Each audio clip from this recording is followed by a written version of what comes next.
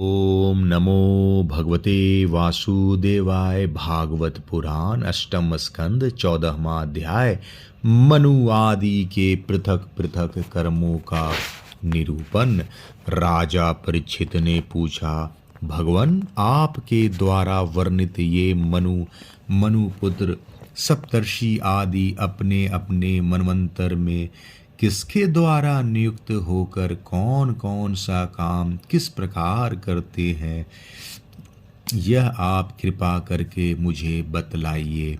श्री सुखदेव जी कहते हैं, परीक्षित, मनुपुत्र सप्तर्षि और देवता सबको नियुक्त करने वाले स्वयं भगवान ही हैं।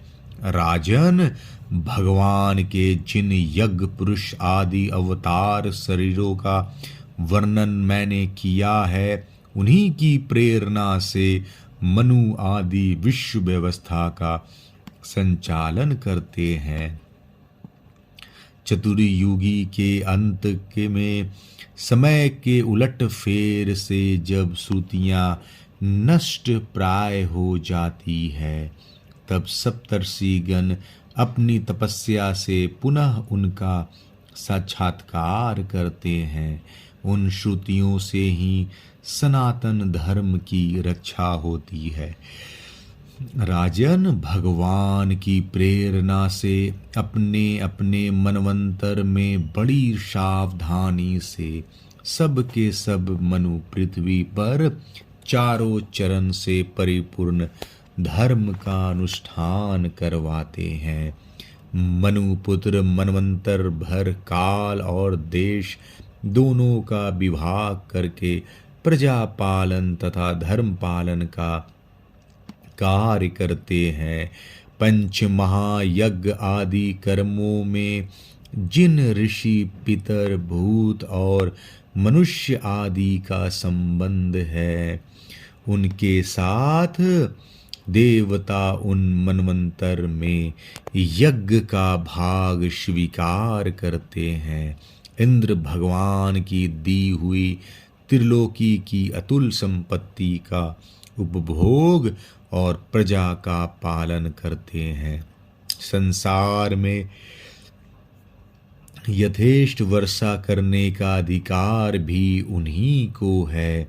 भगवान युग युग में सनक आदि सिद्धों के रूप धारण करके ज्ञान का, याज्ञवल्क्य आदि ऋषियों के रूप धारण करके कर्म का और दत्तात्रेय आदि योगेश्वरों के रूप में योग का उपदेश करते हैं।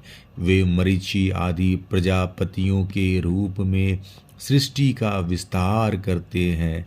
सम्राट के रूप में लुटेरों का वध करते हैं और शीत उष्ण आदि विभिन्न गुणों को धारण करके काल रूप से सबको संहार की ओर ले जाते हैं। नाम और रूप की माया से प्राणियों की बुद्धि विमूढ़ हो रही है, इसलिए वे अनेक प्रकार के दर्शन शास्त्रों के द्वारा महिमा तो भगवान का ही गाते हैं, परंतु उनके वास्तविक स्वरूप को नहीं जान पाते। परीक्षित, इस प्रकार मैंने तुम्हें महाकल्प और अवान्तर कल्प का परिमाण सुना दिया है।